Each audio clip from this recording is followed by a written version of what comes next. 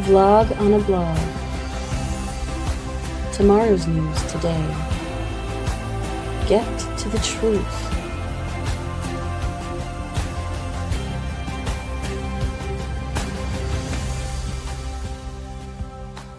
Listen, learn, live. Visit us at yadaya.com. Yep, do love the byline. Hello, Roger. It's good to see you as an avatar and as a real person. And Kevin, likewise on both counts. We're going to begin the vlog on the vlog, which is a video presentation of the blog. We kind of bounce between X and Facebook, depending on which one is behaving at the moment. Both of them have their issues. At the moment, X is an easier platform to use than is Facebook. The Facebook thought police have really become obnoxious here recently. X just shuts you down so that you have no influence over anybody, so no one sees your posts.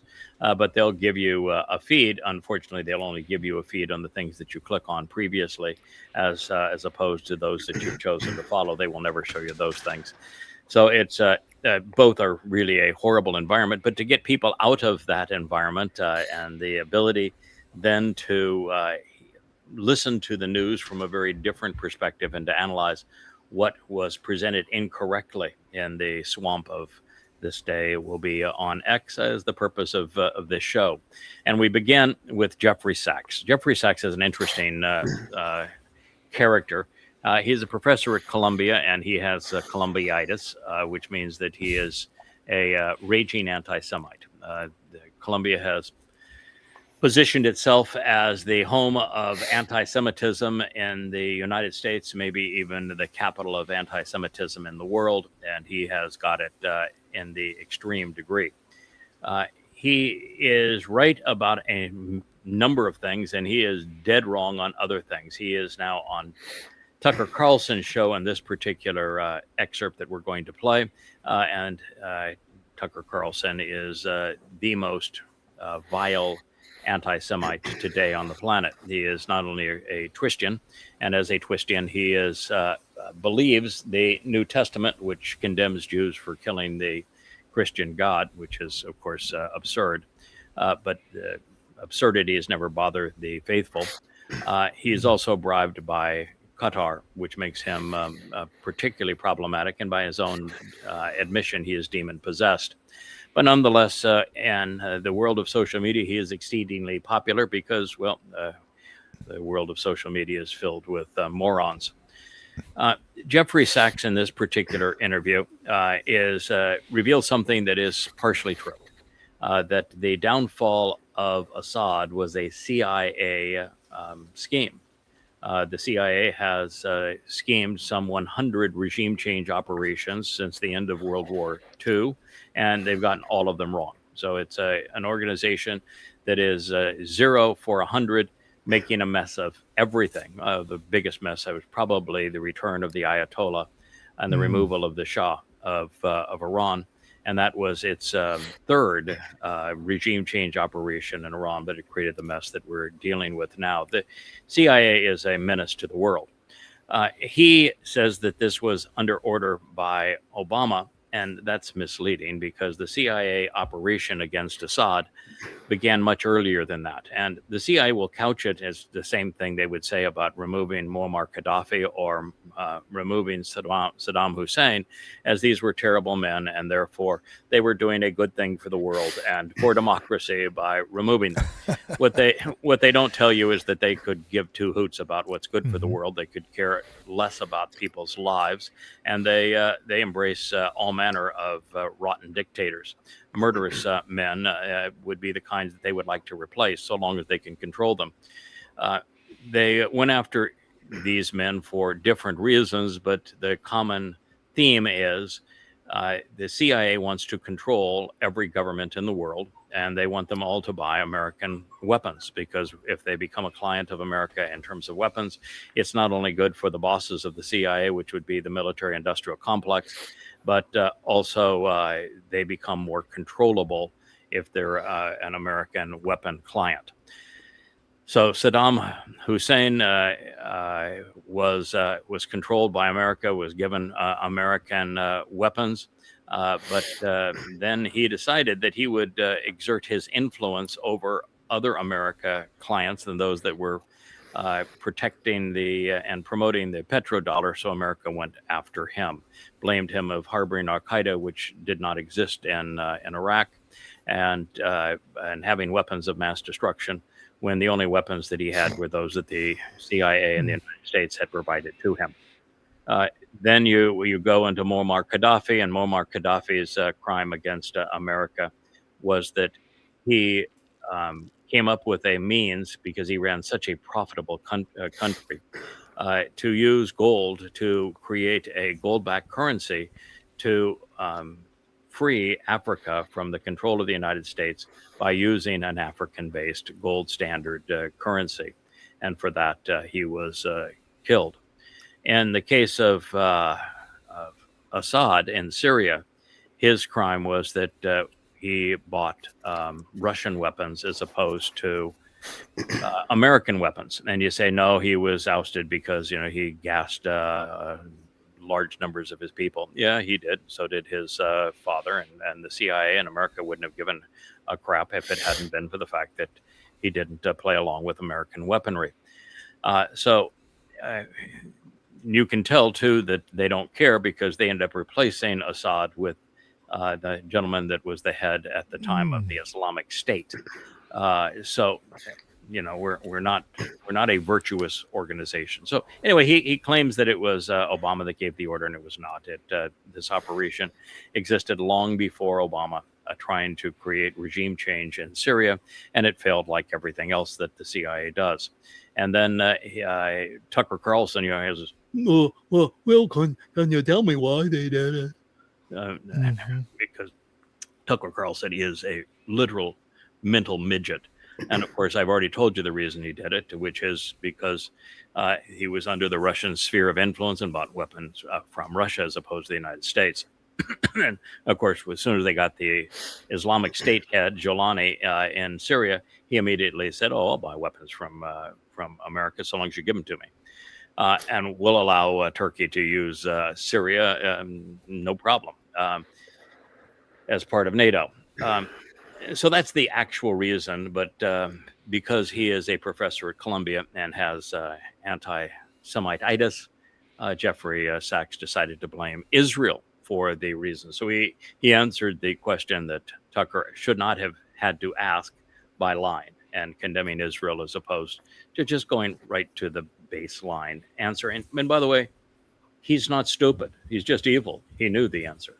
He just chose to lie about it. So we'll play a moment of it, and now that you know the truth. What happened was the U.S. got bogged down in Iraq. There was the insurgency. We didn't move onward to the next war, which was to be Syria, which was to happen already 20 years ago.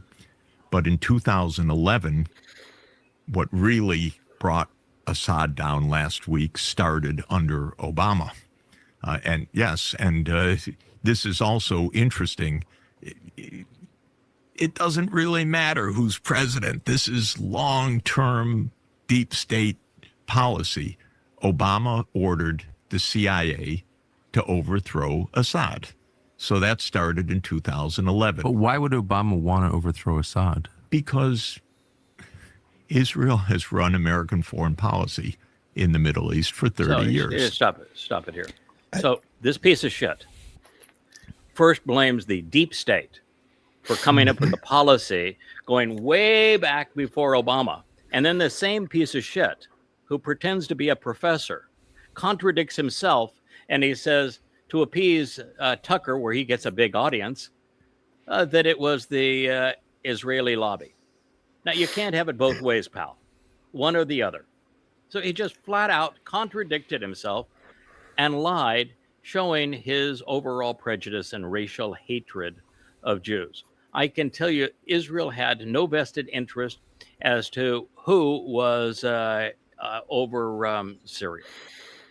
Syria was the least of Israel's problems by that point. They had defeated Syria hands down 3 times over.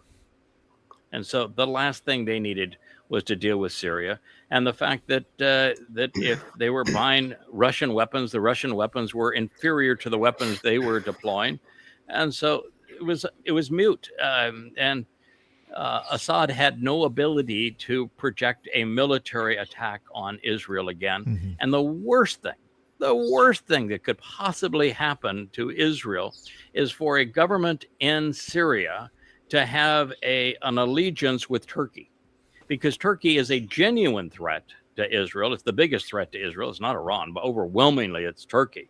And by having the Islamic State run Syria, the Turkish influence has gone up exponentially, which is devastating for Israel. When Assad was there, Assad and Erdogan were enemies. Assad was a Ba'athist, which means he was not a fundamentalist Muslim. And just like Saddam Hussein was not a fundamentalist Muslim, he was a Ba'athist as well. Erdogan is a fundamentalist. He views himself as the Islamic Messiah. And so with that lightning overthrow of the Assad regime with hardly firing a shot that took place in Syria when Jolani's forces took Damascus was all orchestrated in equipment and weapons and uniforms and vehicles that were supplied by Turkey. And Turkey is the henchman now over Syria, which puts Israel in a very vulnerable position. So this was catastrophic for Israel, and it was favorable for America, and that all America cares for is in the military industrial complex. Who's buying the damn weapons? And so that was the nature of this. And so he's dead ass wrong, and he even contradicts himself. And you got Tucker who couldn't have 2 brain cells linked together to fire simultaneously. And the result is they appease their audience by demeaning Israel. Not to mention, Obama is the absolute last pro-Israeli president of the last 10, 20 years. You know, I mean, Obama absolutely hated Netanyahu. He hates Israel, everything to do with them. And right. And both of these clowns know that.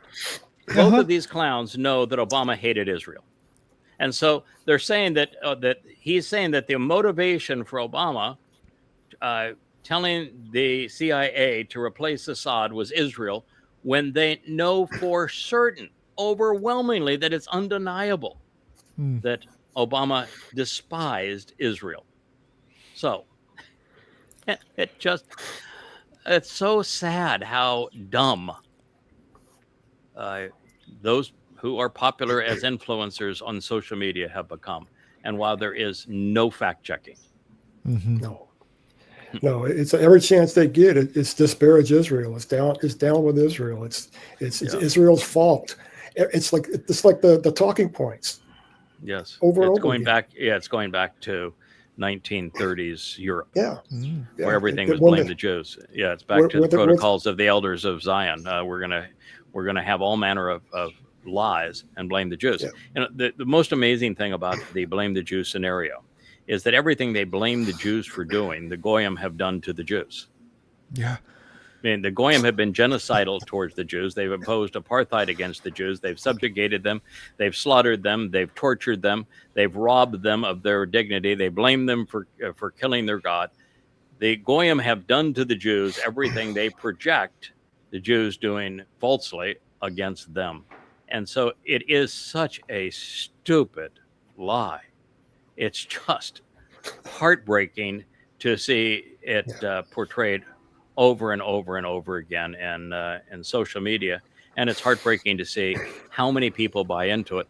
But that's why when God said, listen, I despair, I regret having created humankind.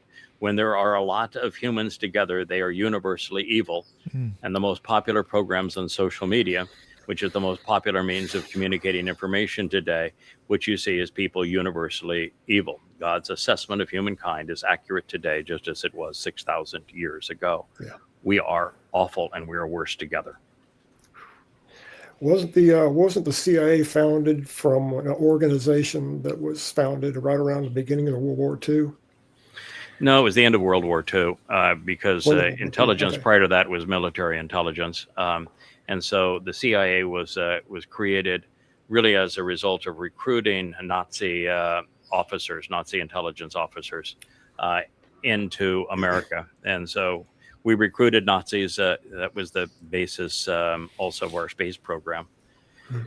Came out of the OSS Yeah. OSS, Yeah. yes. in 1948, Yeah. along with 48. the British. hmm So they just filtered Nazis through the existing system and renamed it.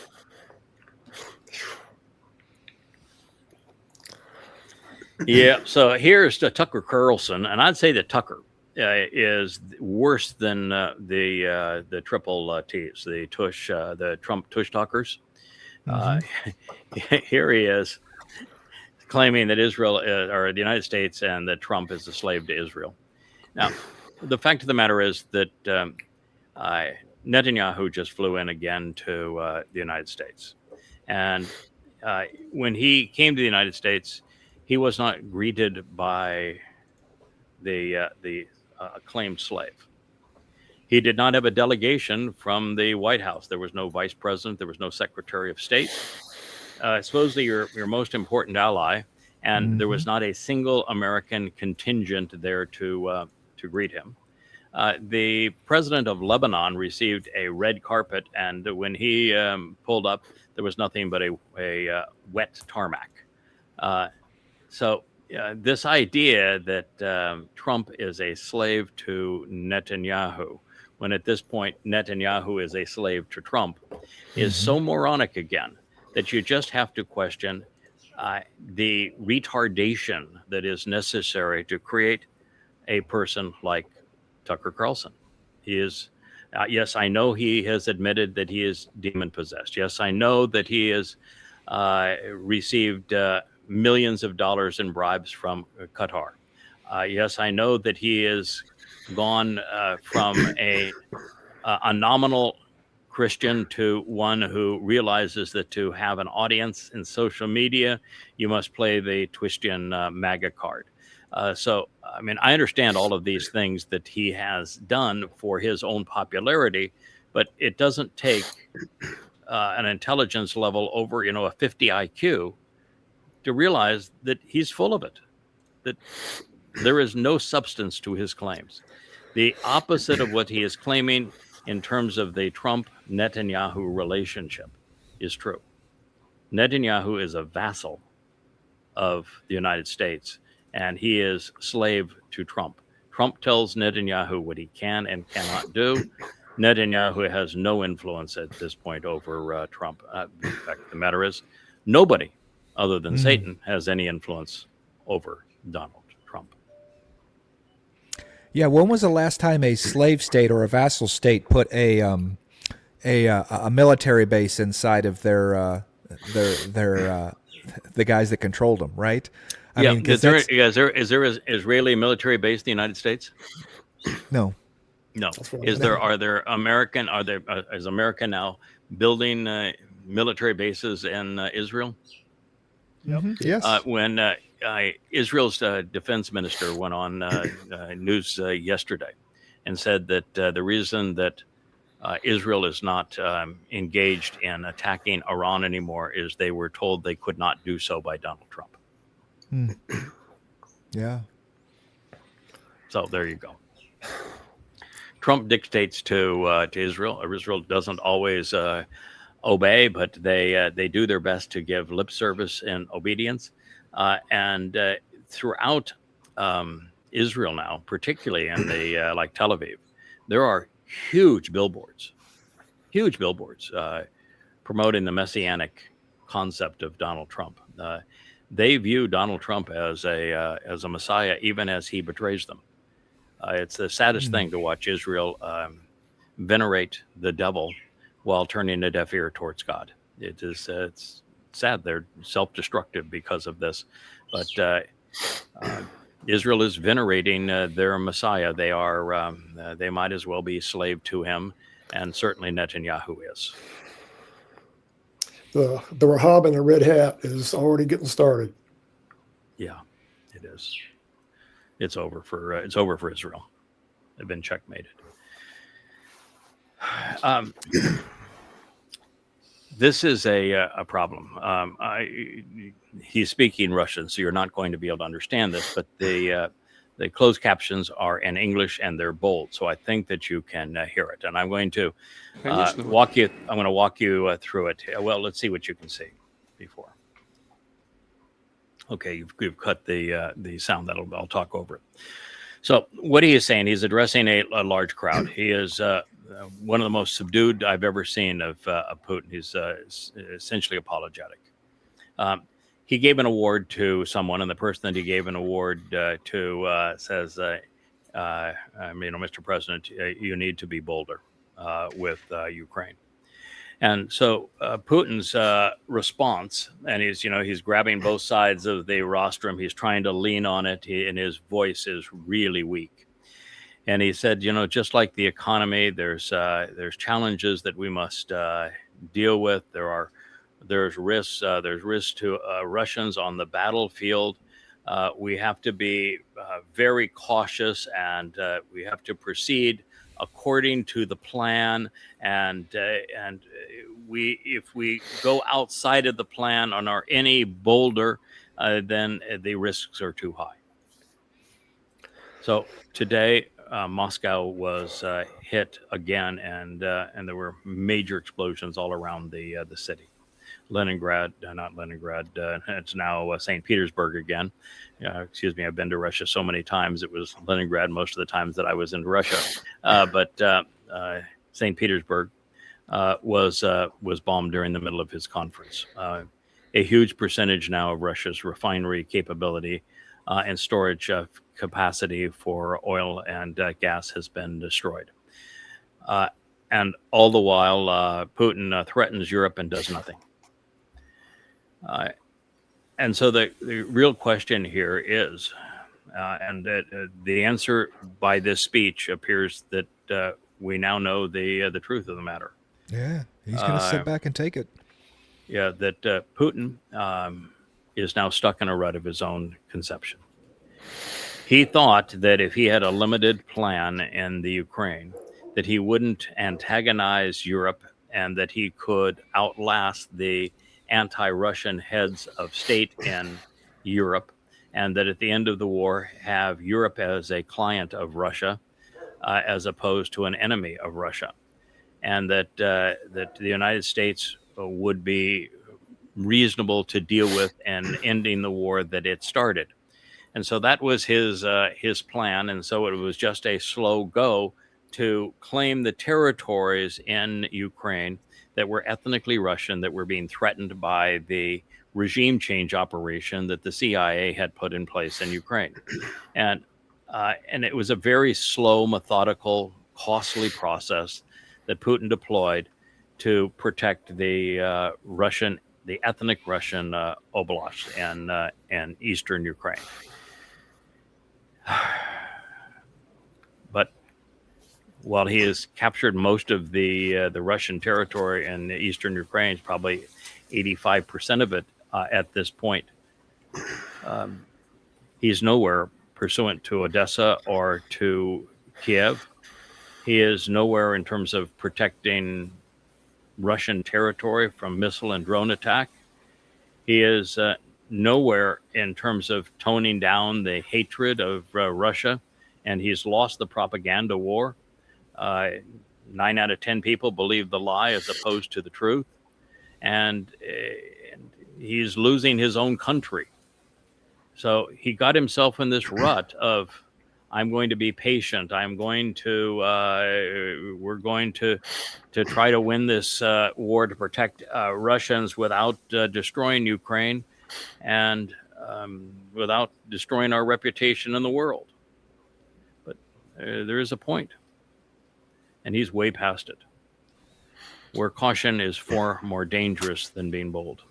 There are times where you just have to be bold. I've always been the kind of fellow that if I have created an injury and it's just a nagging, aching injury, I would much prefer to experience intense pain for a short period of time than just long, prolonged, aching pain.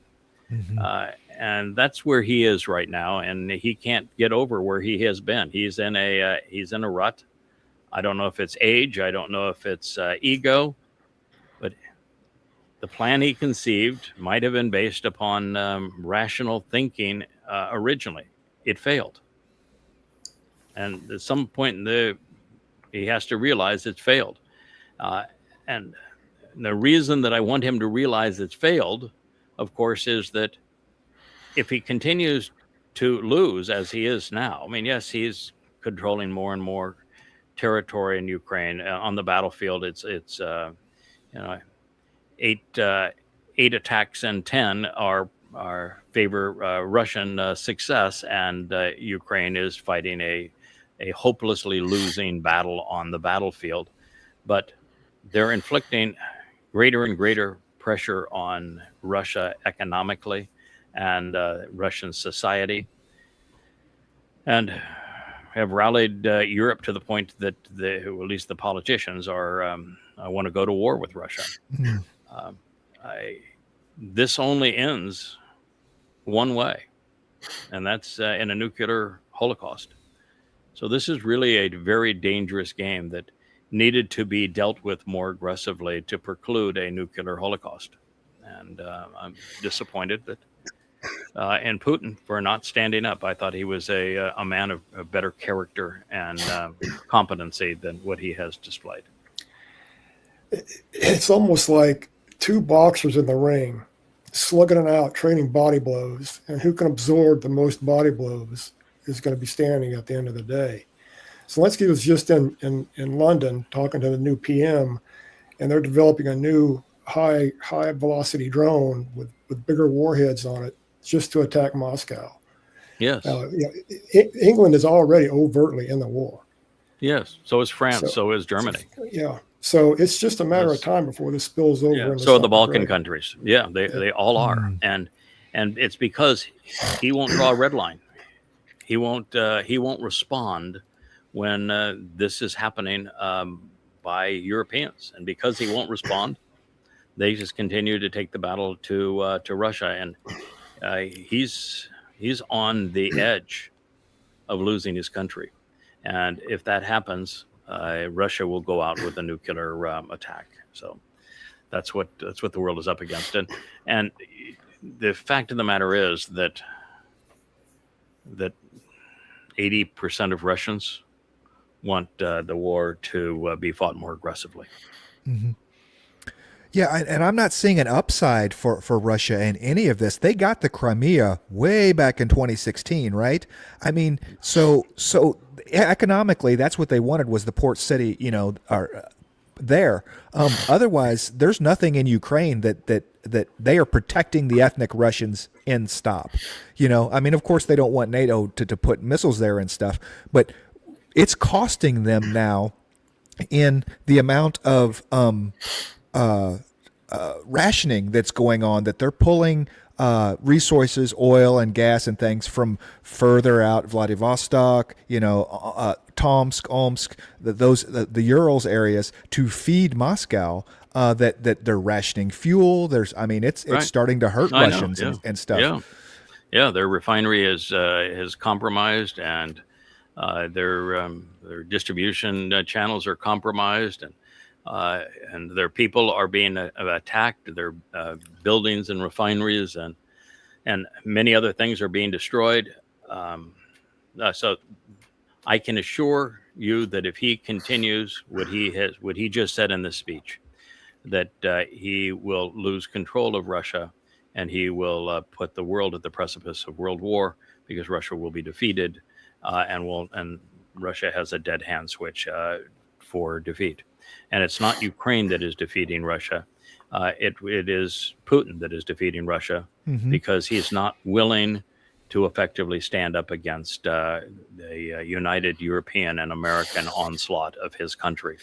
And that makes for a very, very weak individual. This was very pathetic, what we just saw. I mean, it was really pathetic. I'm really disappointed for for Russians. I've spent a lot of time in Russia. I like Russians. One of the most spectacular countries that I have had the privilege of visiting, and I've been there many, many times.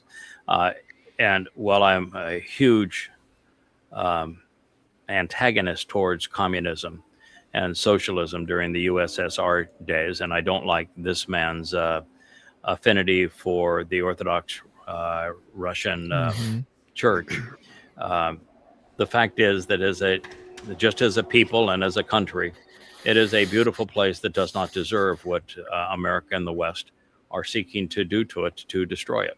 And I will always side with the victim when a crime of this magnitude is being perpetrated against them. And the evidence in this case is undeniable. It's irrefutable that the United States and the EU are the perpetrators, and Russia is the victim of the Ukrainian proxy war.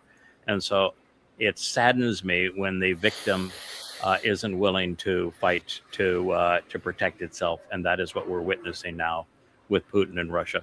And you cannot help somebody that isn't willing to help themselves. So he's pushed it to the point now where I don't think there's anything you can do to help him. And simply having the buffer zone and protecting the ethnic Russians in the east of Ukraine from being beleaguered and badgered by the factions of the government that the CIA imposed on Ukraine is not enough. I mean, he cannot prevail unless he takes Odessa. Should have taken Odessa a long time ago, and he has to rid Kiev's viability as a survivable city to take down that regime. And all he really has to do to take down the regime is to make the war look unwinnable and life untenable long enough for people to execute Zelensky and put the country out of its misery. But he's not willing to do it. And he's not willing to bomb UK, Germany, and France production facilities of weapons that are systems that are being used against his country. So, or even the places where these attacks on Moscow are coming from. These are not originating in Ukraine. Okay, they're these attacks. Most of them are, but not all of them. But most of them are.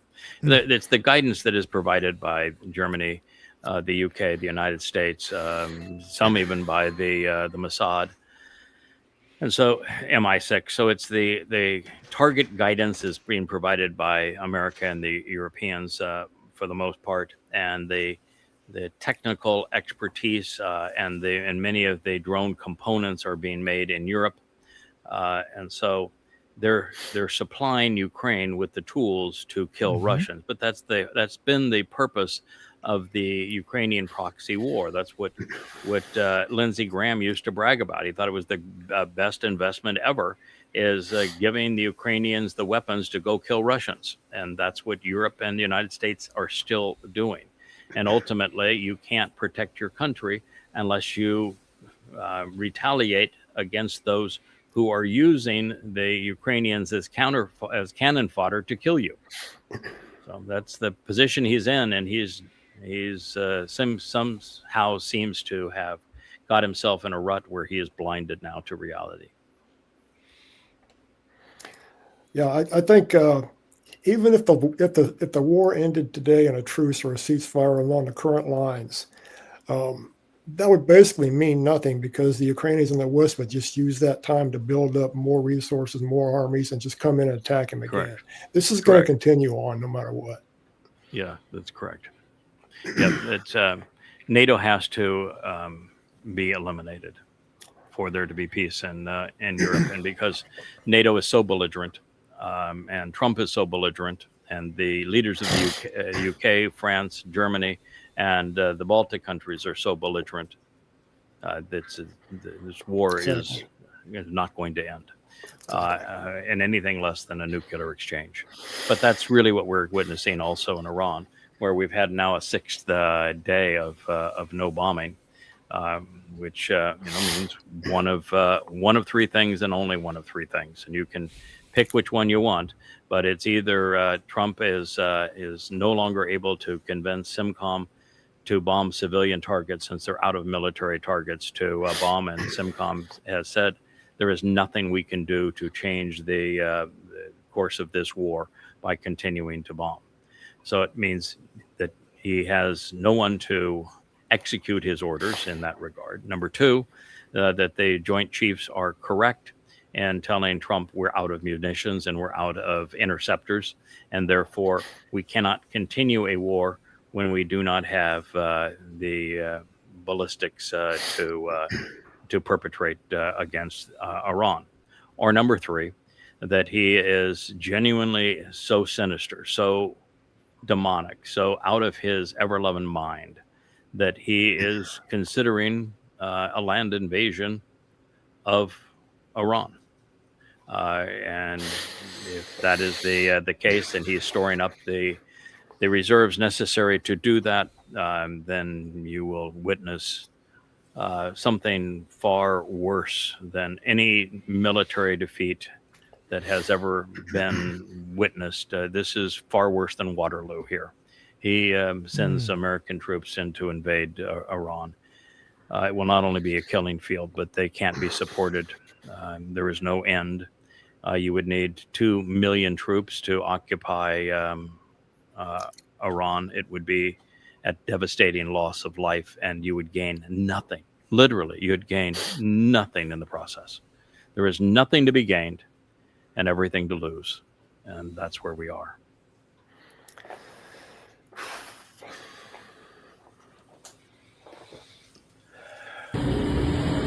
Yeah, this is what happened in Moscow. It's one of a number of buildings, very large drones. This is over a factory, but it's one after another, and they were all in the suburbs of Moscow. So, what are you going to do about it, Putin? Yeah, I was turn the other cheek. Is he a Jesus freak now? He's going to turn the other cheek. Was seeing pictures of people and video of people getting off the flights into Moscow, and they were just their faces. Their jaws were dropping, and they were taking pictures of the sky. The entire sky was dark over Moscow. It was unbelievable with this gray type of smoke. Wow. right from the airport. It was just unbelievable. And Moscow is such a beautiful city to have that happen to it. And it's, at this point, it's happening because Putin's unwilling to respond. Putin has more troops than all of Europe combined by several times. And his troops are better trained, better led, and better supplied than all of Europe combined. And he has better weaponry and far greater capacity to build weapons than all of Europe combined. And yet he is allowing the Europeans to hammer him. Mm-hmm. And that's a patsy. All right, so here is this person, and Muhammad bad boy, he stoned adulterous women. That's actually not true. And here is Jesus, and he supported and he cared for the adulterous woman. Well, let's be real clear here. You're an absolute idiot, faith under pressure. You ought to blow your belief stack and come to know the truth. So let's start with Muhammad. Yeah, Islam is misogynist. No question about it. Muhammad was a rapist. He was a pedophile. Those are undeniable facts based upon the Islamic scriptures. However, the Quran is quite clear in how to treat a woman who is suspected of adultery. First, the man gets nothing. Gets a pat on the back. Nice job. A man can rape. A man can be a pedophile. He can do whatever he wants to do to women, and there's nothing that can be done to the man. But a woman is the victim of rape. She is not stoned. She is lashed. She receives 100 lashings. So you don't know the damn Quran. And if you don't know the Quran, and if you don't know the Hadith, and you don't know anything about Islam, then shut the eye hole, because you look like a raving idiot. Now, as it pertains to mythical Jeebus and drawing his little sign in the sand, The story of the adulterous woman and he is without guilt cast the first stone. You idiot. It was written in the 8th century. It's the 8th chapter of John, and that story is omitted from every manuscript prior to the 8th century. Every single manuscript is devoid of that story. It first appears in the 8th century. It was created by Twistians in the 8th century because there was nothing in the New Testament where the myth of Jesus opposed the Torah. So they created this story and they inserted it into the book of John. So it didn't happen. So now what? You were 0 for 2, faith under pressure. You bungled it. You're an idiot. Why is it that people on social media think that it's their duty to not only show that they are ignorant, but to prove it? Really frustrating to see this kind of stuff. And you want to make a difference in your life. And I think we lost Kevin here, so we'll hope we get him back somehow. But you want to make a difference in your life? Then read the 5 volumes of Goddamn Religion. Matter of fact, you don't even have to read. That's perfect for faith under pressure. Click on the books and they'll talk to you. They'll turn the pages. They'll tell you where they are by highlighting the text. Listen to the 5 volumes of Goddamn Religion, and you will know about Islam. And then listen to the 5 volumes called Twistianity that disprove the Christian religion, and you'll know about that one too. You wouldn't make a fool of yourself, and you might do something useful with your life. Welcome back there, Kevin. Can we go to the next slide there? Missed me for a minute, yeah. Yeah, this is an interesting picture. You have to go up a little higher for the people to be able to see it on your screen. But there is Netanyahu and Sarah coming into Washington, and there's literally no one there to greet them. That's an Israeli official there, and there is not a single official from the Trump White House, or not a single official from the State Department. There is no red carpet. There is nothing. He shows up, and it's nothing but wet tarmac. And our greatest ally. Yeah, there that Tucker Carlson says that he controls Trump. That Trump is his slave. No Trump's there. No red carpet there. No State Department there. No bands there. No cheering crowds there. No nothing. What these guys do typically like this, they have, Zelensky did it the other day, they have their own pilot, their own flight crew, get out of the airplane and line that section there. So they have someone to acknowledge and to shake their hands for the photo op. That Zelensky just flew in yesterday too, and that's exactly what he did. He had his pilot come down and his flight crew, and he saluted his own pilot and flight crew. It's that pathetic too for Netanyahu. He's being set up for total and complete betrayal and abandonment. Well, at least you're set your pecking order that way, for sure. Who are we going to insult today? Yep. And at this point, Netanyahu is the pawn to be exploited and insulted. And these planes are huge. These planes are huge. They could carry, not several hundred, but at least 60 people, 80 people. Oh, yeah, they could have their own reception. They could have their own red carpet. If they their own if band. Yeah, absolutely. But they expect it is protocol. Sure. To greet heads of state with the State Department and with administration officials. And of course, in the case of Netanyahu, they were snubbed. We were talking at breakfast this morning amongst the fellas, and Trump is in a pickle with Iran. He can't win. The MAGAs will say finish the job, and yet that's insane because continued bombing is going to deliver the same result, which is to be catastrophic for American allies and American bases in the region. Every time America bombs them, the Strait of Hormuz is closed for a longer period of time, and America's bases are further decimated in the region. So, bombing and continuing the kinetic war in Iran is wholly untenable, and the only ones that could actually say finish the job are insane, continuing the same thing and expecting a different result. So there is no way for him to win in a war. He has signed a surrender document. That was the memorandum of understanding at Versailles. And he was so mocked for having signed a surrender document that he cheated on it and then blamed the Iranians for cheating on it so he could go back to war.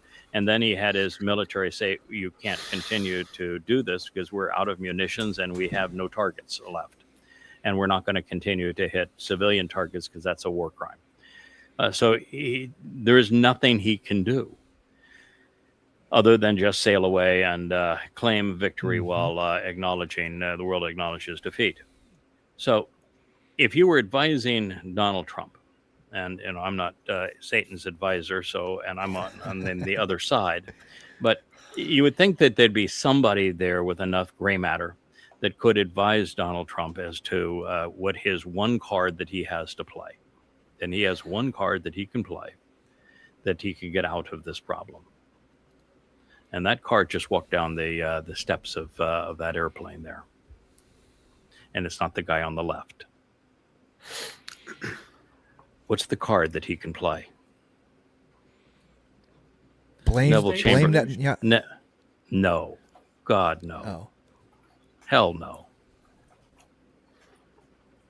I'm surprised you guys don't know. The card that he can play is the Neville Chamberlain card. Oh, yeah. He sacrifices Israel. He sacrifices Israel. That's a plum that Iran would absolutely take and give America much better terms in its surrender if he surrenders Israel. He can't do that. He can't do that yet. He's dangling. Yes, he he's dangling the Abraham Accords with in front of MBS for nukes. You're missing the whole damn thing. No, the Abraham Accords require the surrender of Israel. They require Israel to give up its heart to make Israel vulnerable. The Muslims don't want a second state. They hate the Fakistanians. They do not want a Fakistanian state other than to use the Fakistanian state to make Israel indefensible and vulnerable so they can perpetrate Al-Aqsa Mosque 2.0 and attack Israel from the inside and the outside.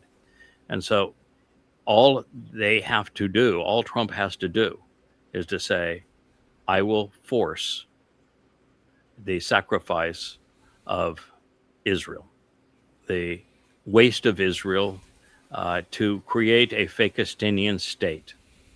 And I do that, you sign some meaningless Abraham Accords that makes it look like it's really a peace deal, because we'll cloak it and peace for our time. Neville Chamberlain talk is how we'll cloak it. We'll work out a deal where Iran now will play along in support of this. We'll claim that we've achieved the greatest peace deal of all time. Israel is torn to pieces. It's the only card he has to play, is the sacrifice of the heart and soul of Israel by giving the Fakistanian Muslims a state. And now, from Israel's point of view, the three leading opposition leaders are all in favor of a two-state dissolution. And the reason all three are in favor is they are better gifted at math than Rich. They can count past 3 times 40.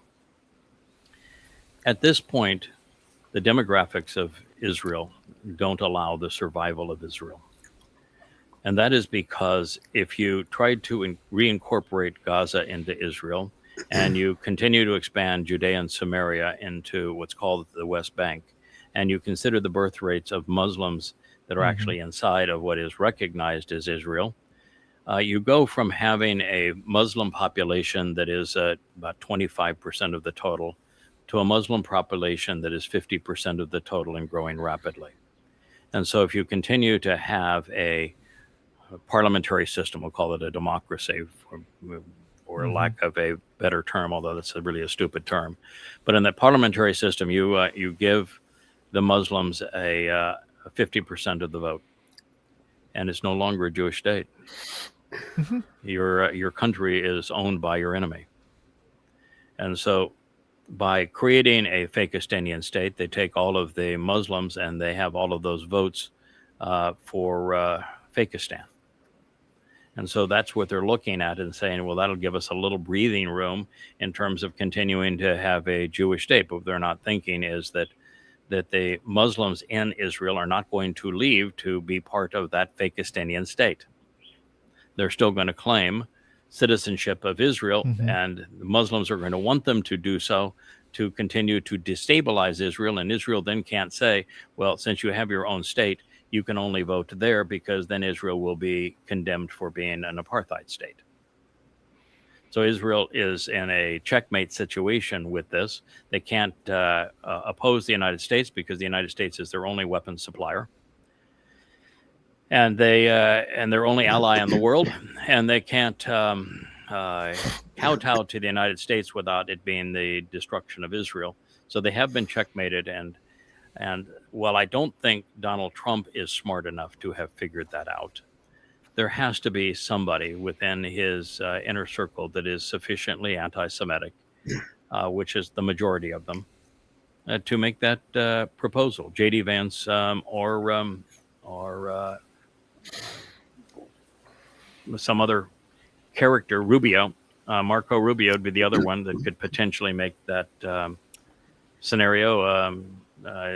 Stephen Miller is another one that could propose that scenario. But one of the three is going to propose that scenario by positioning Trump as Neville Chamberlain, peace in our time. That's his out card. And with it, we have the destruction of Israel, right in the midst of the time of trouble. If I were a betting man, I would bet that that's the scenario that's ultimately going to come to the fore.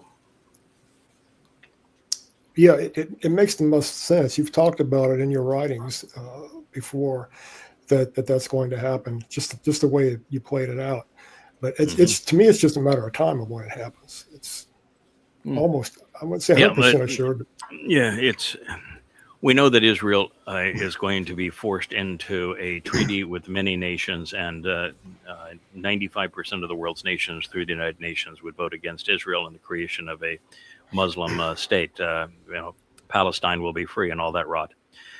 So the only way you could have an agreement with many nations, as it is foretold, or to have Israel become vulnerable at her core and indefensible, where the majority of people live, as it's presented in Yeshaya 17, is for this scenario to play out. So I'm convinced it will play out, because the prophets have never been wrong, and it's going to play out over the next year's time. And the perpetrator is clearly going to be the United States, because that's what the prophets have said is going to happen. And it clearly will be the great betrayer, Donald Trump, who takes the lead role in it. But it is the one card that he holds. He's not giving something that he has. It's Neville Chamberlain didn't give the UK to achieve peace. He gave Czechoslovakia, and this will be the Sudetenland, and it'll have exactly the same result. Within a year's time of the sacrifice, Israel will be back in a war 1,000 times worse than Alaska flood. Yeah, it's bait. I don't see how he can offer the same bait, the Temple Mount, a two-state solution, to Iran, and then to Saudi Arabia at the same time, right? Because either one of them wants it, but no, they both want the same. They both want the same thing. In this regard, both of them hate the Fakistanians. Both of them just use the Fakistanians as cannon fodder. They both want the acclaim of knowing that it was they who made this happen. And if you have So Iran would accept it as trade for some other concession in this war. They're not going to give up the Strait of Hormuz, but their reparations demands or something may go down, because this is a fundamental desire of Iran and the destruction of Israel to have this. So Iran's going to take credit for it in the sense that it's their war that caused it to happen. Saudi Arabia will take credit for it because Saudi Arabia will be in a position where MBS has lost all credibility and all esteem in the world. He has been shown to be nothing but a stuffed shirt. He has lost it. He has no means of defending Saudi Arabia from Iran. Can't even fight back against the Houthis. Right. Yeah. He can't. No, in fact, he just got clobbered by the Houthis. Yeah. Something that also happened to America. The Houthis defeated America and Saudi Arabia. So since he is such a shell of himself in a country where you make that kind of mistake and you're not even king, one of his siblings is going to do him in, or his countrymen will do him in, because it's an embarrassment to Islam, what's happened. So his only way out right now is A, to end the war with Iran, and this could be used to end that war, and B, for him to be part of it by agreeing with the Abraham Accords to bring it into fruition, saying this was always our demand and therefore we are to be credited for this. So they'll both claim credit. Right. So no, I don't think it's difficult to pull off at all. I think it's an exceedingly easy thing to pull off, and I think that Israel, because all three of the leading opposition leaders are all in favor of it, and Netanyahu is so compromised he can't stop it, and Israel actually trusts the betrayer Trump. And in fact, the prophets say that that this egomaniacal leader of the United States makes all manner of promises to protect Israel when they make this sacrifice, and then when it comes time to honor them, he does nothing. So they're setting themselves up.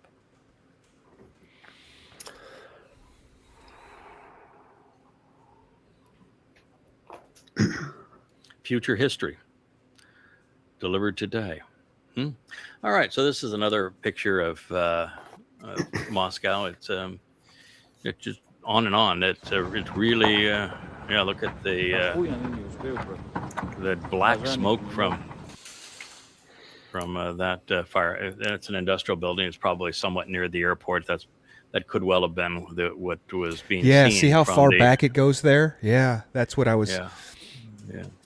Bad, isn't it? Like a storm cloud. Ooh. Miles. Yep. So, if you're a Russian, what are you going to say? What is it about our president that won't defend us? It's a shame. It's I don't understand it either. Something has happened to him, I guess. I don't know. He looks a lot older now than he did, and a lot more unsure of himself than he did. He looked terrible in that when he was trying to give the excuse as to why I would like to be brave and I'd like to be bold. He said, actually, I'd like to be brave, but we're going to be guarded and cautious, and we're going to stick to the plan. He was really, the country. When you're leader of your country, you don't want to hear, I would like to be bold. You want to hear something a little more positive than that. Well, I don't play politics. I've been out of the game of politics now for 25 years, so I'm not going to advise him on his politics. I know a lot about leadership, and there's nothing wrong with being a leader. That's part of our role. And I can tell you that if you're going to be a leader and be in God's company, you're going to be bold. You're going to be a Gabor, and you're going to be Shazak, because the purpose is to model what God wants done. This is an interesting update on the Netanyahu visit to Trump's whorehouse. You've J.D. Vance, who has gone on record now 3 times and assailed Israel 3 times. So J.D. Vance can't pee without asking Trump, where can I pee, and can I pee now, please? And 3 times now he's gone after Netanyahu in Israel. The most vicious was when he told Israel that you're complaining that you think you were betrayed in the memorandum of understanding, which they were. They were completely checkmated and betrayed by the United States. He says you have no right to do that because at this point you only have one country that is in your corner. You have no other allies, and you only have one head of state that will even tolerate you. And they supply the overwhelming majority of your weaponry. And you will cease to exist if you do not acknowledge the great debt that you have to Donald Trump and the United States. In other words, we'll see to it that you don't exist. That speech was really vile. That was the one that came right after the Memorandum of Understanding, where Trump not only surrendered, but he betrayed Israel in the process, checkmating Israel. So they had no move. But since then, he has done things like gone on Joe Rogan, where he has said that Israel has tried to influence the American politics for years, and this has to stop. There will be no more Israeli influence in American politics. And he, by the way, is a new recent convert to Roman Catholicism. So he is picked up right on his the cue to be an anti-Semite. So we're really witnessing an interesting situation. Now, he was invited to the meetings with Netanyahu today. And remember when he was part of the meetings with Zelensky, and Zelensky didn't wear his best. Oh yeah, yeah. So I'd get your popcorn out for this one. If whether it is this meeting or the next one or the next one, sometime in the next number of months, there's going to be a Zelensky-style meeting in the White House, and J.D. Vance has the acidic tongue to pull off that, where Trump is just strictly demonic. He'll just drool all over himself. But an interesting position that Netanyahu will be placed in. And J.D. Vance is there to be vitriolic and retarded in their treatment of the other head of state, so that Trump doesn't look bad. I mean, he's doing exactly. Trump's going to look bad no matter what happens. But he's he's Trump's club. Mm-hmm. Yeah, I was just thinking the Zelensky thing, though. That is exactly what he's there to do. Mister, you better appreciate what we've done for you, and you need to show some appreciation. Yeah, that's exactly what JD's going to do. When Trump was the one that attacked Zelensky, and when Zelensky came back and said that's not fair, it was J.D. Vance who stomped on his head. Same thing will happen with Netanyahu. Oh, I don't think Bibi's dumb enough to take that bait, though. I think that I don't know that he'll knuckle under, but he won't try to posture the way Zelensky did. He won't posture but Zelensky didn't say a whole lot. He was just reprimanded and taunted into that bashing that he got. Yes, Netanyahu has been in these situations for a long time. He knows that he is a vassal. He knows that he has no influence whatsoever anymore. He knows that what he wanted in Iran is gone, that it cannot be achieved. There will be no control over Iran's nuclear program. There'll be no control over Iran's missile program, and there'll be no regime change in Iran. And there's nothing he or America can do about that. And so he wants an state of ongoing war, and for no purpose, and he's not going to get it. So he's done now. Whether he just takes his beating and looks like a wimp, or he takes his beating and looks like a chump. I mean, it's either way. It's going to be the Zelensky kind of thing. The difference is that when Zelensky left, the world at large sided with Zelensky and was opposed to Trump. Oh, yes, that's going to be a very different reaction. Everybody's going to be, tell that Jew, get that Jew out of American politics. Oh, yeah, it's going to be ridiculous. It's going to be ridiculous. Yeah, that's correct. So Netanyahu is not going to have any support anywhere. No. And so it's really going to be, it doesn't matter what Netanyahu says. because Yes, absolutely. he cannot prevail. He has no chance of winning support. He cannot prevail. And I think he's going, isn't he going to New York to give some kind of speech at the UN too? Or yeah, I know he's going to New York because it's the great showdown between Mandami and he in New York City. And they just did a poll of Jewish Americans, and Jewish Americans support the Marxist Muslim by a ratio of 2-1 over Netanyahu. Wasn't he under threat of being arrested by the UN Yes. and by Mandami? Okay, and yet Not by the UN, but by Mandami. Yeah. okay, he was okay.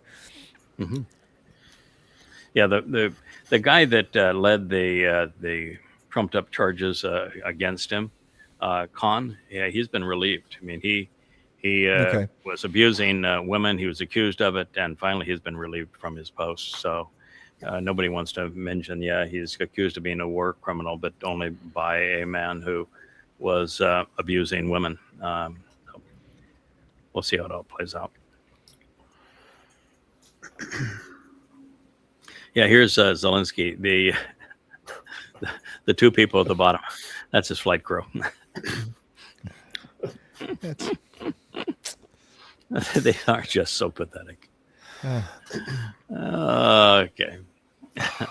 This one you'll see the size of the drone, and they shoot it down, but a little too late. Look at the size of that drone. Come on. wow. You know, if you're shooting it down and you're already in the suburbs of Moscow, it doesn't do you a whole hell of a lot of good to shoot it down, does it? There's another one there, the shot of it. Yeah. And those markings on those towers behind them have significance, correct? They're every 30 feet or so many meters on these towers, and so the wingspan on that thing was huge.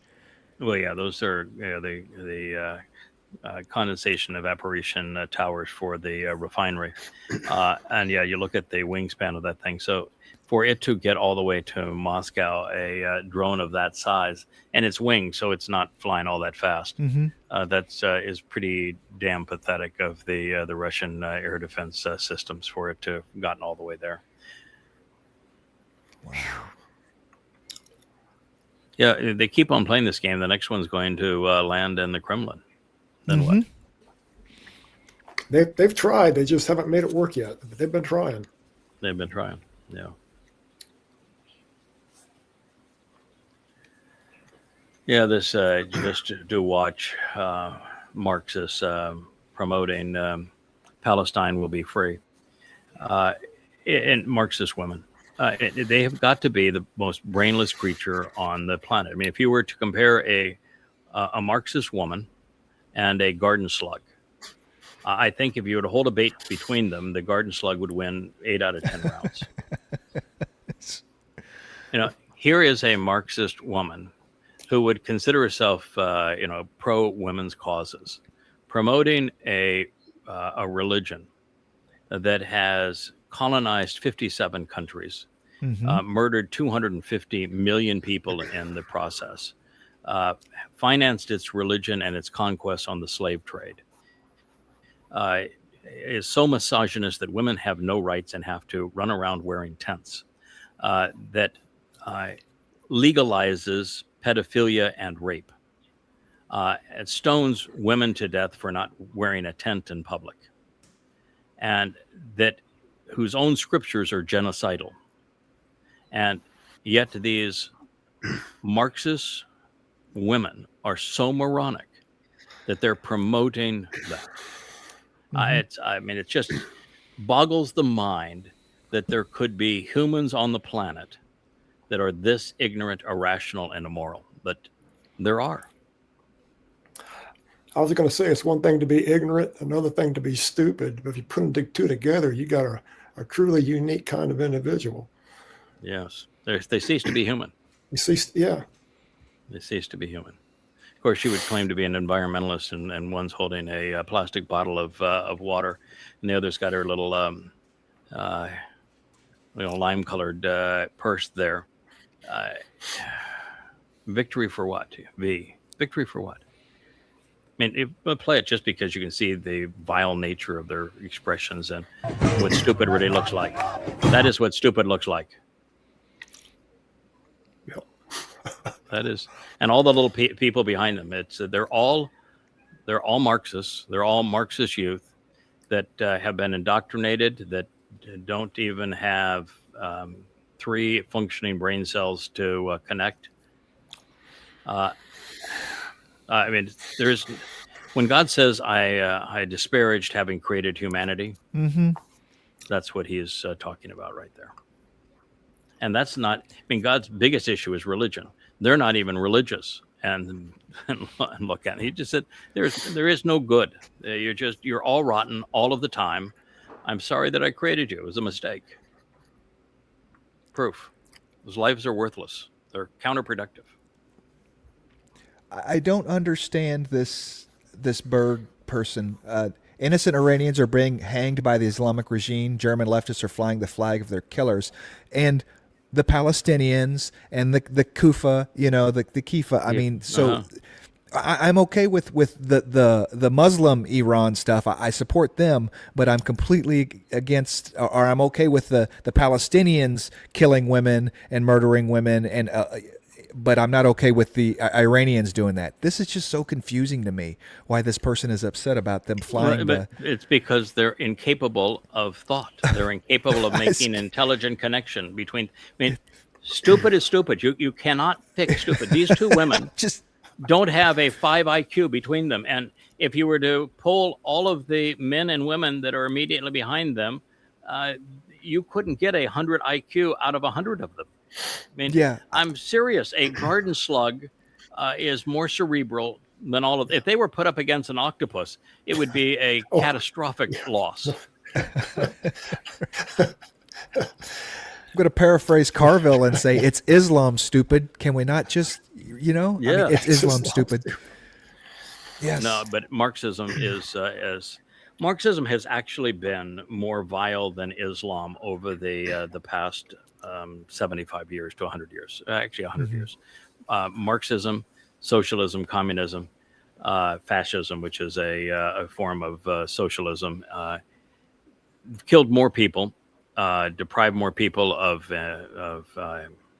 freedom, deprived more people of meaningful education, of prosperity. Marxism has been worse for humanity over the last 100 years than has been Islam. So there is a foe to the world that is worse than Islam today, and that is Marxism. And unfortunately, the Marxists are now promoting Islam. Absolute babble. This is such a mess. Our midterms come up, and America's midterms in November, early November. Israel's are late October. They're not midterms, but that's the parliamentary election, the Knesset election, where they'll have their finagling to see if they can put together a coalition government by bribing people.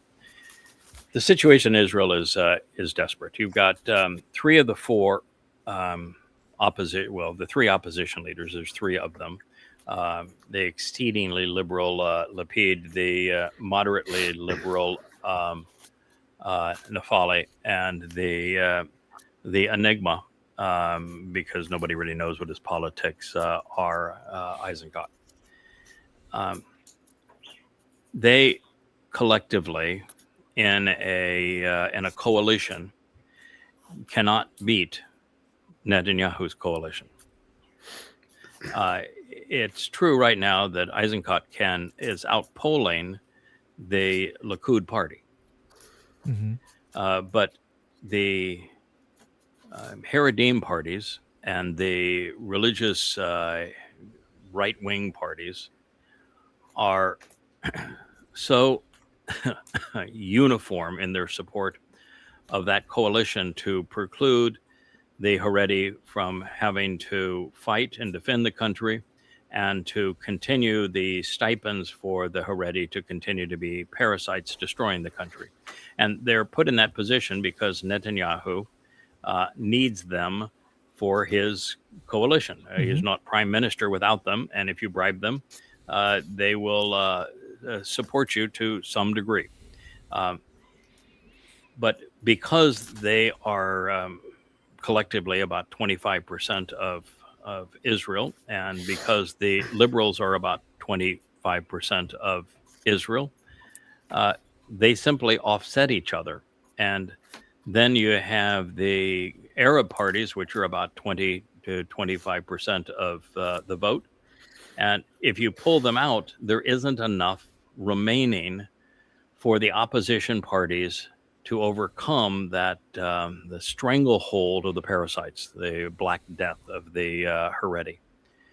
And so I don't know what they're going to do. Netanyahu has lost favor apart from the Haredi parties that are on a gravy train because of him.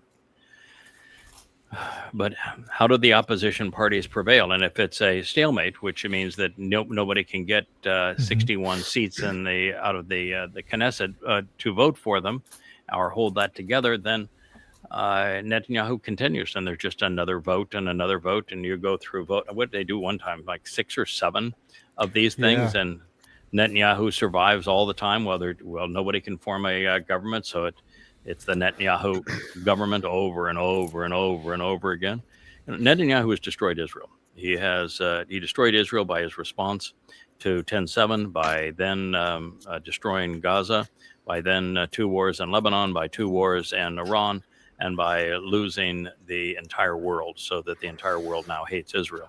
So Netanyahu has destroyed Israel. And I don't care what you are as a right-wing nutcase. This is no longer about left and right in Israel. It's just not. Netanyahu has destroyed the country, and I don't think there is a way to get it back. I think you're in a downward death spiral and have been checkmated. But in this particular piece, it's Ben-Gvir, who is he is worse, I think, than Stephen Miller. He's a really, really bad man, and he has because he's as a minority, for him to stay in the coalition, he is bribed with a seat in the government, and his seat in the government, he controls the Israeli police. And so what he's told the Israeli police is that they cannot arrest the Haredi protesters against them being drafted. And the High Court has just overturned that and said that it's not reasonable. You can't do that. But he is really vicious in all of this. He is also the one that's inciting the settlers and Judea and Samaria to attack the Palestinians, which is turning the world against Israel even harder. And he's complaining here that Eisenkot made a deal with Golan, who is a head of another one of the many parliamentary parties that will make up the Knesset in this next election. And Golan knows that if he gets 15 seats and he joins the Eisenkot coalition, that he's going to be Secretary of Defense. That's the job that he wants. And so Gvir is having a conniption fit that a deal was made to garner those votes for the opposition, when in fact he is sitting in a position only because he played the same card with half that number of Knesset seats. Right. Unbelievable. Politicians they never cease to amaze with their absolute, this idea that I just got done. I just got done doing the exact same thing for fewer seats, but this guy's a horrible person for doing it, right? Mm-hmm. It's never ceases to amaze. And with a straight face, they do this, knowing that everyone that's watching. Ben-Gvir doesn't have a straight face. Yeah, you can say with the hypocrisy to do this, but you can't ever say that. Ben-Gvir's famous for wearing even his kippah off kilter. This man's tie is off kilter. His suit is off kilter. His life is off kilter. Everything about this man is off kilter. There is nothing straight or on the level about Ben-Gvir. No right angles. No right angles with Ben-Gvir. It's the uniqueness of the parliamentarian system. Oh, System. that's for Israel to have been harassed by Great Britain the way they were, and then for Israel to accept that parliamentary system, which is the system of bribes. It's just such a tragedy that they have it and proceed with it. It's just disgusting that they can't vote for a politician. Whoever gets the most votes is prime minister, but they can't do that. And what they get is the stalemate of the Haredim and the opposition having to do a deal with the Arab parties. And in this particular case, I will tell you emphatically that if you're an Israeli, the Arab parties are less hostile to your survival than the Haredi. Wow. That's how bad it's become. That's a statement. Wow. That is a statement. Yes. If I were in Israel and I had to, first, I'm not in politics, so I wouldn't do it, but if I were in Israel and I had to do such a thing, well, I've just turned to nothing but fuzz, and Rich just walked away. So we don't know how long this stream is going to go. But if I were in Israel and I was forced to choose a partner, Ram or one of the three Haredi partners, I'd choose Ram. Wow.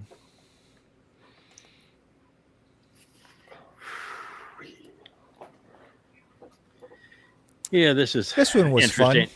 Yeah, this is fun, but yeah, it's interesting. So the story here is before being burned alive by the Spaniards, Hatui, a leader of the Haitian tribe, and by the way, most of the local islands here in the Caribbean, they were dominated by cannibals, like the island I'm on, which is called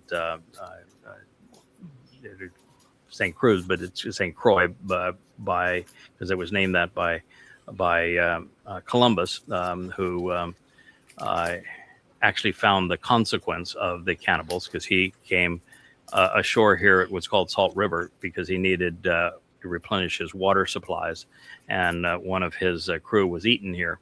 The cannibals from the local island, the other islands, like in his case, the native population of St. Croix, which was a different name at the time. We don't even know what its name is because all of the prior inhabitants were eaten. And they were eaten by the cannibals from what is now Puerto Rico. And this now is Haiti, which is probably even a rougher environment. So this guy that would be exceedingly cruel, cannibals are cruel, typically. That he is saying that he did not want to convert to Christianity and go to heaven because he was told by the Spanish priests that the thugs that were part of the Spanish conquerors that were so ruthless throughout the Americas were in heaven. He said, I'd rather go to hell than spend time with such cruel people. If you're crueler than a cannibal, that's really bad. But what Spain and Roman Catholicism did in the New World is one of the great tragedies of human history. They wiped out 99% of the indigenous population. Mm-hmm. They robbed it. They tortured them. They imposed their God-forsaken piece of shit religion on them. And they were cruel, they were vicious, and it was a full integration of the military and the priests. They were as one. I don't think there's a worse expression of religion than what happened with the Roman Catholics and Spanish as they came into this hemisphere. I believe they also brought the gift of syphilis with them as well. Yeah, they clearly did. Syphilis, it looks like it was first contracted in, I think it's the UK, but it's certainly in Europe. And a Roman Catholic monastery. And the priests in the Roman Catholic monastery were doing sheepies. They were into bestiality, and they were doing sheep. And it passed from sheep to humans because that was their sexual entertainment. and they infected then one another as they started doing one another, in addition to the sheepies. And that's how syphilis spread initially in Europe, and then it was taken here to this hemisphere. Another really lovely accoutrement of Christianity.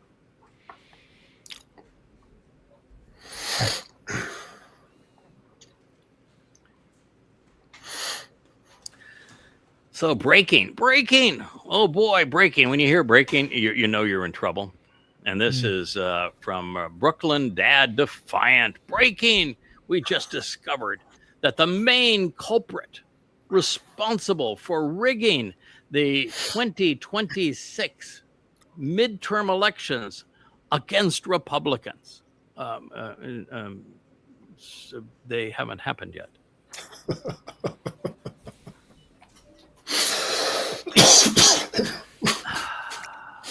Hard to believe. He's been so I can't read it, but something about it. Blatant about Blatant it. about it. Blatant about it. So I don't know if this is they're trying to blame Trump for rigging them, which he would do everything he can to rig them. But this is oh, I know what he said. This is the montage. This is quite the montage. We're going to watch this one. Yeah. Okay, quite the montage. Here's the deal. When Trump was Trump 45 and early in Trump 47, he positioned himself as a kingmaker. If he ordained you, or if he chose you, if he picked you over another candidate and told MAGAs to vote for you, you typically won, and the candidate that he opposed typically lost. And so Trump viewed himself as a kingmaker, and he garnered loyalty, at least support, by knowing that if you support Trump, you can stay in office, and if you oppose Trump, look at Massey, you are voted out of office, and it happened routinely. Then something happened to the Trump mojo, where it became so obvious that there's no reason for him to endorse people for the midterms because he's going to get his clock cleaned. And so what he did is he really stopped endorsing others. He stopped saying the kinds of things that would cause Republicans to be electable. And so you have to ask, why would somebody who knows that he's going to be impeached and convicted if he loses the Congress and the House and the Senate, why would he just abandon everybody? Say, I don't give a crap about the economy. I don't give a crap about inflation. I don't I care about the midterms. I don't care about any of this stuff. Why would he say such things? And that's what he's saying in his montage. And the reason is really quite simple. He hates everybody. He just hates everybody. He doesn't like the idea now of even having to campaign for somebody. He doesn't like the idea of even being bothered with the election of somebody. He doesn't want the notion that his will not prevail and cause the person he would prefer over someone else to be elected. He doesn't want the blame for losing in that regard. And so since he's on a revenge tour, not only with against Democrats, but against members of his own party and against not only America, but the world, he doesn't give a crap. His whole deal is scorched earth. He's Satan. And he and those two guys that are the clowns on either side of him, they are scorched earth. They're going to destroy the planet. And what you've seen here is really interesting. Over the last week, rather than Trump paying any attention to the midterms, it's all Trump 28, isn't it? All of the presentation is, look how messianic Trump is. Look how Trump is the savior of America. Look at Trump with his Trump 28 hat. It's all Trump 28 as opposed to the midterms. He's saying, okay, so what? I'm not going to even pay attention. I'm not going to give you the satisfaction of me acknowledging what's going to happen in the midterms. I don't care about them. All I care about is me and Trump 28. Yeah, because that's all that's going to matter. Yep. So you can play some of this. It is an interesting one, Josh. Economic system is broken down. They thought they were going to outweight me. We'll outweight him. He's got the midterms. I don't care about the midterms. Affordability is a hoax. I don't think about Americans' financial situation. I don't think about anybody. I think about one thing. Sir, Mr. President, about the latest inflation number which came out this morning. Could that be a No, I love it. for The numbers were Republicans great. to try and hold You know what I really the love? Senate? I love the inflation. There's so much talk about, we're going to drive housing prices down. I don't want to drive housing prices down. I want to drive housing prices up. I don't care about the midterms. Economic system. Yeah. Wow. Any one of those sound bites is enough not to get a past politician reelected, right? Any one of them Anyone would be of them. hammered home in an election. Yeah. And But Trump is the confabulation genius. He is Mr. Chaos. He is Satan incarnate. He throws out so much stupidity that people are dizzy, that they don't even know which one of those to attack. So here you go. You have a montage, and it just goes right over people's head. Those who hate him continue to hate him. Those who love him continue to love him, and the in between don't know what to do because their alternative and the Democrats is Marxism with a complete lack of intelligence and hope for the country. So it really does put things in a mess.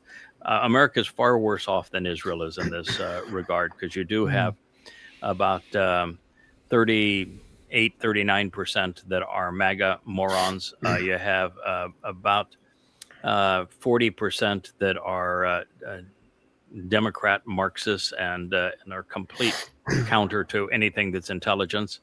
And that swing vote doesn't want either of them, and there is no option in the middle. So what do? You got 40 on one side, 40 on another. It's 80, and you got the remaining 20 saying and neither. Mhm. So what happens? I don't think the outcome is as obvious as the Democrats think it is, because all they have done so far is show that their only candidates that they will nominate are communists, and that they will in cities and in states where they dominate, they're the dominant party, they will nominate the most extreme of them as a communist, and then they will vote for that communist. That's not going to work in a national election. Well, it also seems that pretty obvious one of the natural attributes of the Wahhab is extreme narcissism. Mm-hmm. This guy's all about himself all the time. All the time. That's all he cares about. Yep. He is a POS with a little TU in the middle of it.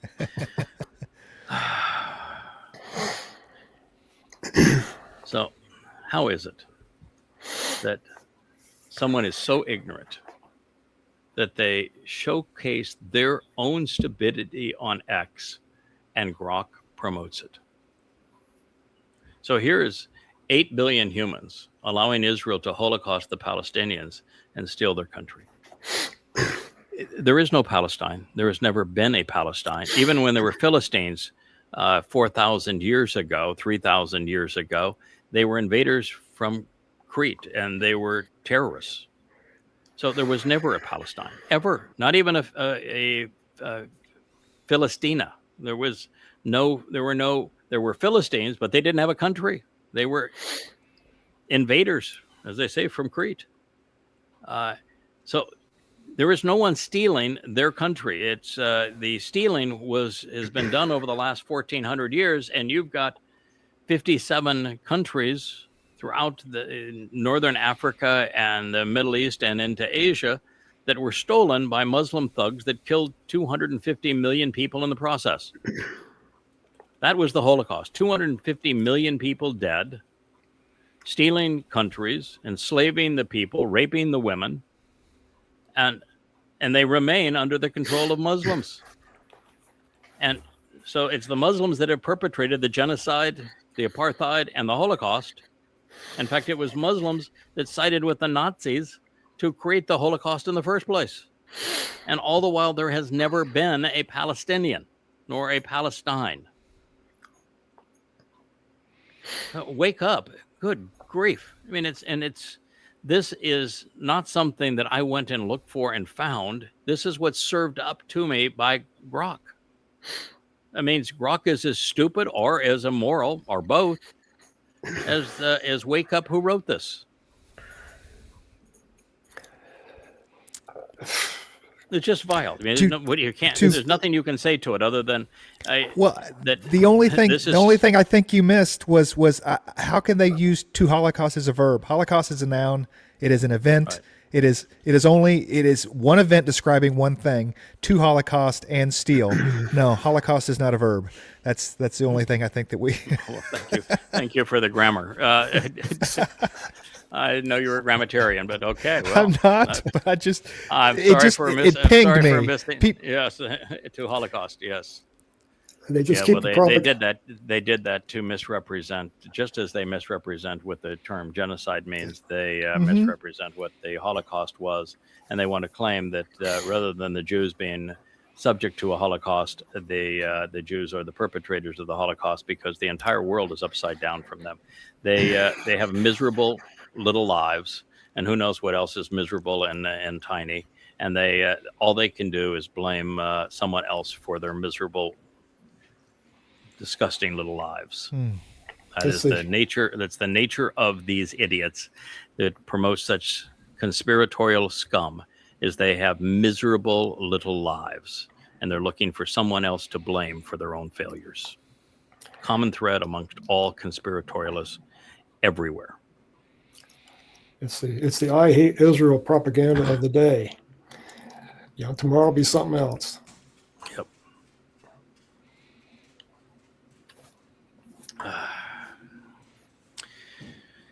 So here, this is he's in Air Force 1, 2, 3, who knows what number, and he's got this picture of himself in Technicolor, and he's doing his stupid little dance in his aircraft. And they said it can't be stopped. Trump 2028, and he's a patriot.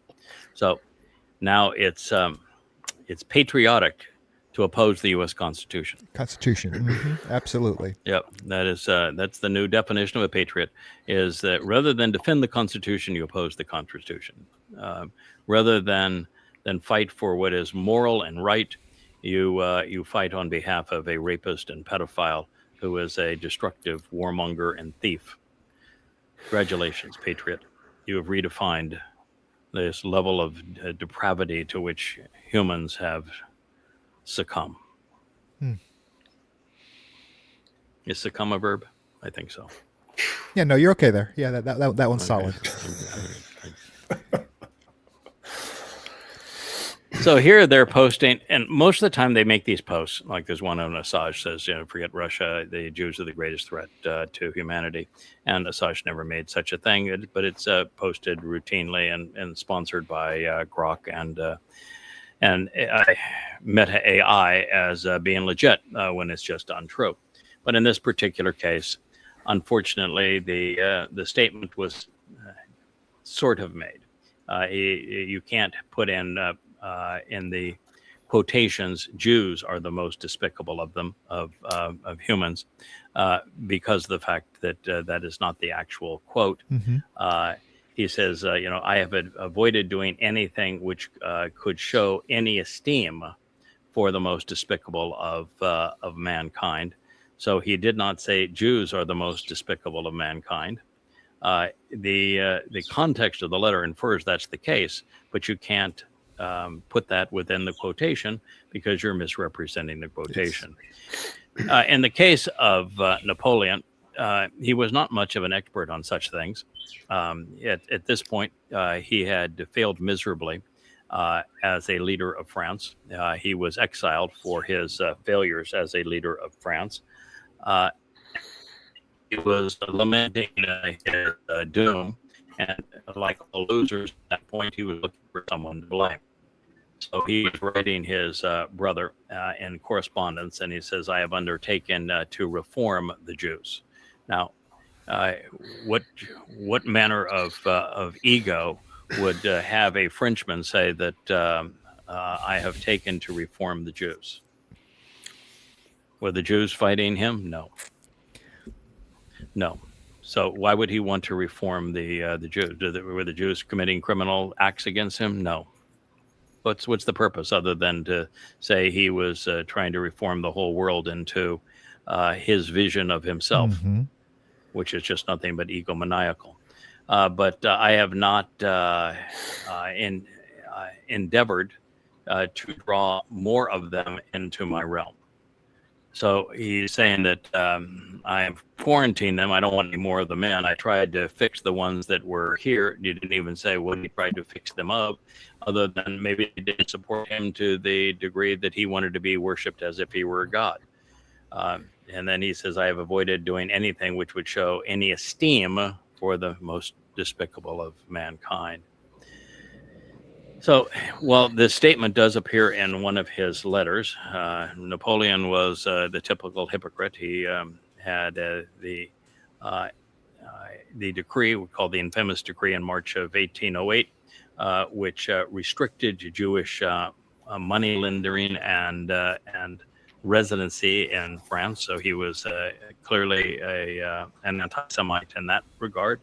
And his other things that he did when he needed to garner Jewish favor that were viewed positively. But he was symbolic of most European Christians who are grossly anti-Semitic and blame the Jews falsely for killing their God. A, God is not a man. B, men cannot kill God.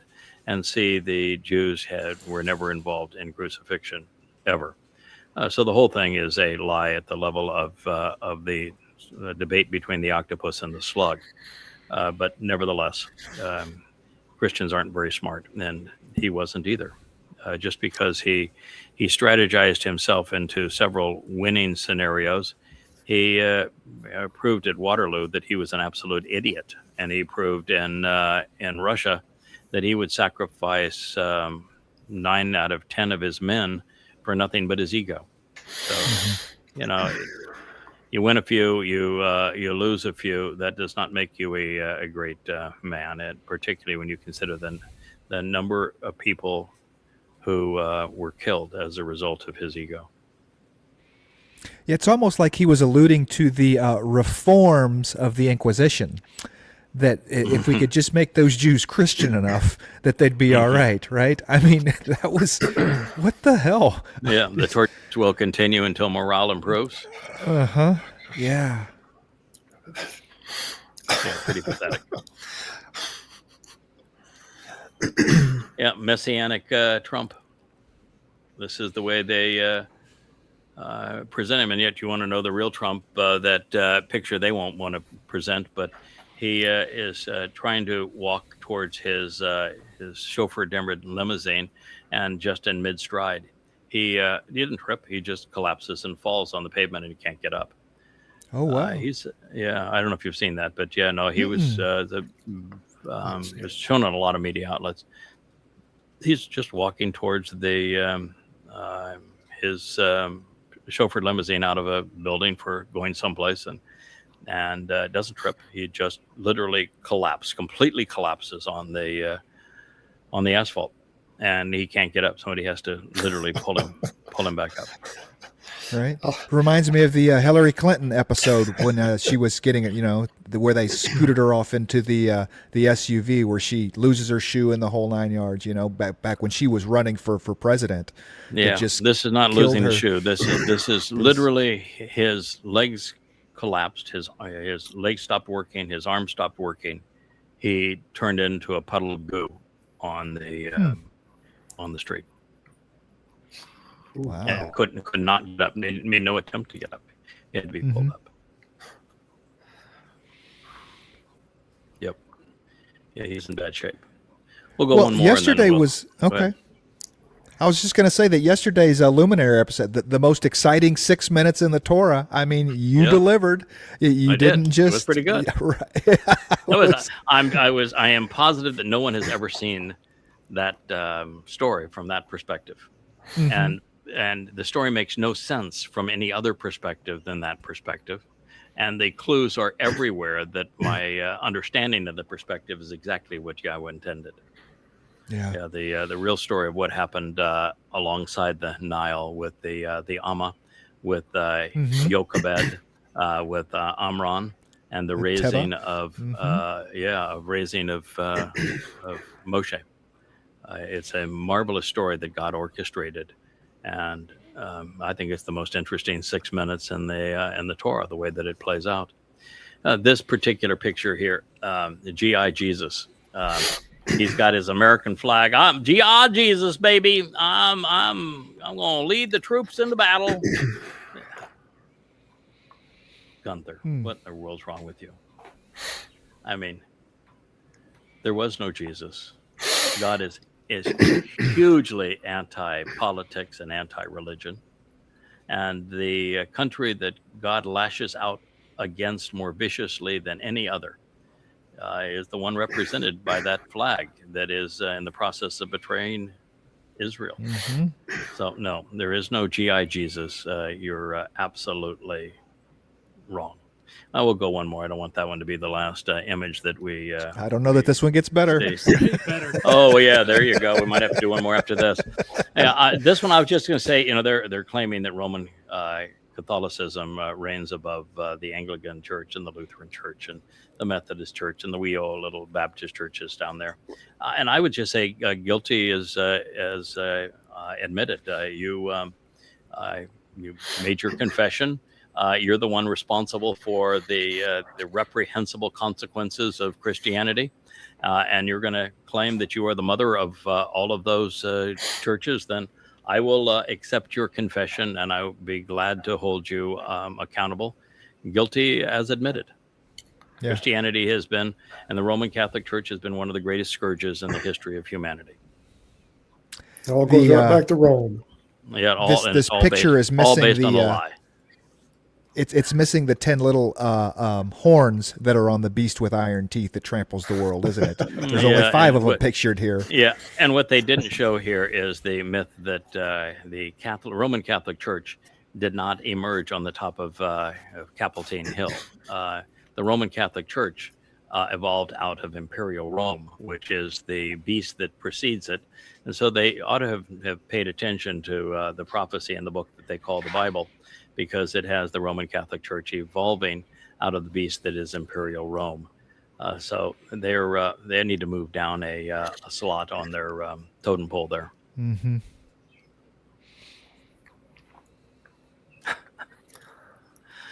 Oh yes, there we go. Twirling girls. Oh, it's beautiful. They have nice legs at least, and isn't that we can end on this one? I mean, yeah, nice there legs. they are. They're who can ever criticize a pretty girl?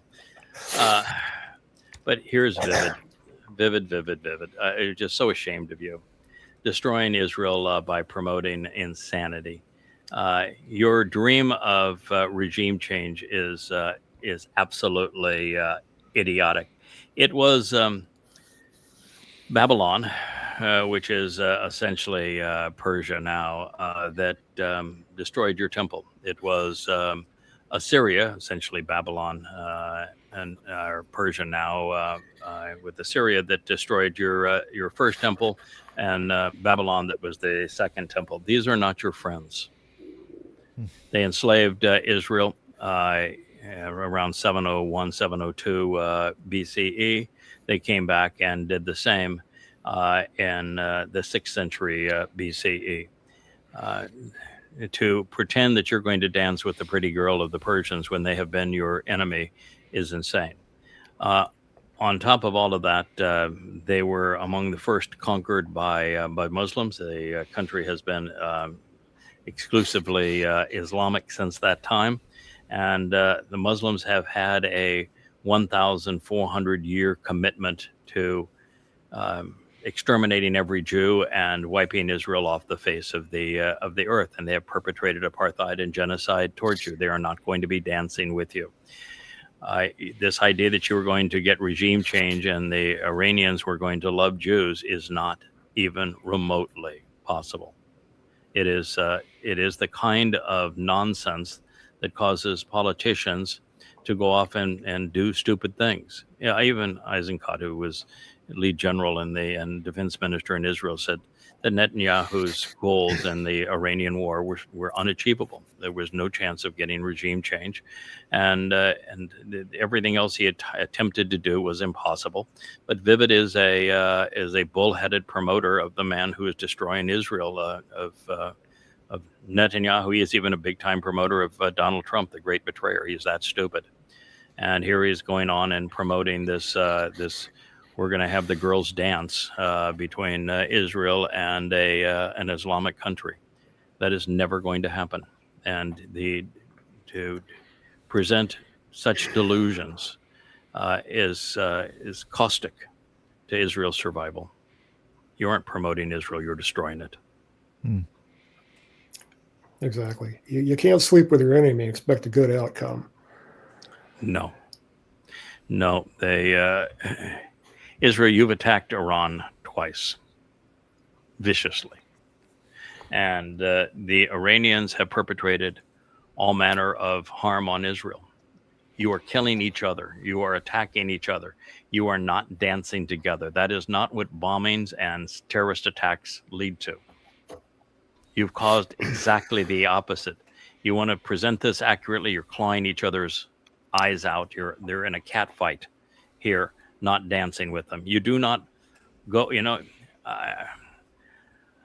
I may not be on the top of my game in dating, and that I've been married for a very long time, but I can tell you, you do not get the pretty girl by pulling her hair and kicking her in the shins and smacking her in the face, which is what Israel is doing to Iran, and what Iran has been doing to Israel. They've been involved in a 1,400-year-old hate fest, and before that, they were involved in a 1,400-year-old hate fest, because you go back another 1,400 years to Assyria. So it's been 2,800 years of hate. Yeah. I think the only way these two are dancing together is if one of them is dancing on the other's grave. But that's just my opinion. That is correct. And so why show it otherwise? It shows a complete ignorance of reality. It gives false hope. It causes people to think that Netanyahu's plan of attacking Iran twice was sane as opposed to insane. No, it's what you're doing is counterproductive. You're destroying Israel. You're not supporting Israel. It's as if one of them is carrying a flower of peace and the other one's holding a sword of destruction. They just can't see actually, it. there's no flower of peace for either one of them. They're both deadly, and they're deadly towards one another, and they have both been deadly towards one another for 2,800 years. And there is no exception in that time of 2,800 years. They've catastrophic together. So fantasies like this are what cause religion. They cause wars. You create a false scenario in the Gulf of Tonkin, and America goes off and loses 58,000 men in Vietnam. Well, Trump, by the other way, was talking about the Vietnam War. He said America lost 240,000 men in the Vietnam War. I don't know how you could be that out of touch with reality. It was 58,000. But the Gulf of Tonkin didn't occur. It was a fantasy. Blowing up the Maine, fantasy. Sinking of the Lusitania, fantasy. And it is the constant drumbeat of the delusions that cause people to do insane things when you do this kind of stuff. Just no, there is zero hope. And as a matter of fact, if you read your prophets, which you would find, is that the Iranians are going to send 3 to 4 million jihadists into Israel, and they're going to ravage the place. Now, you may not be bothered by that, Vivid, because you're a phony. You don't even live in Israel. But that is what's going to happen. So that cute little girl right there, she's going to sponsor 4 million jihadists, far more ruthless and far better armed, under far better missile and drone coverage than occurred on Alaska flood on October 7th of 2023. And 2 out of every 3 Jews are going to die. You want to dance to that? Because that's what you're going to endure. And largely because idiots like you are promoting fantasies. Maybe we'll end on that note. We'll continue with the Luminary series. We're into to Ruth and Boaz, the greatest love Starting story chapter ever. 19, yeah. Yeah, ever sold. I love that the Ruth and Boaz story. It is it's the core of the Torah. It is the ultimate prophecy of what will happen and how God's going to resolve the problem of his people.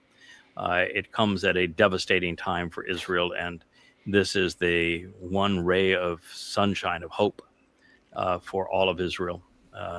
And it's just a beautiful story, and it shows God to be so vastly different than he is painted in religious circles. It is a very seductive, a very sensuous love story, and God is a huge proponent of this love story, and he is saying that this love story is going to deliver the Redeemer of Israel, and it does. So it's the antithesis of what the religious would promote. In fact, the sages of Israel are dead wrong. The women of Israel are dead wrong, and it shows them to be wrong, and it shows that ultimately a very small group of people, particularly in this case, there's just 2 of them, that their love will prevail, and they are capable of saving the covenant family. So happy to tell that story. We'll have 4 chapters. It'll take us a couple of weeks to probably get through it all, and then we're going to turn to Isaiah 10 and 11, because that is really going to open your eyes. It is so very different than what we have been led to believe. The job of the Choder is hugely more extreme and different than anybody has previously considered. So we'll turn to that as well. Thank you, both the gentlemen. Thank you, Rich. Thank you, Perry, for making this possible, and we'll be with you later this afternoon. It looks like we're going to even survive the rain. It's temperature has dropped here. The wind has picked up. When that does happen, you always wonder when the rain is coming. We could use it, so hope it happens. Talk soon. Hey there, thanks for tuning in. That was Fetch. Gotta run now. Catch y'all on our next podcast.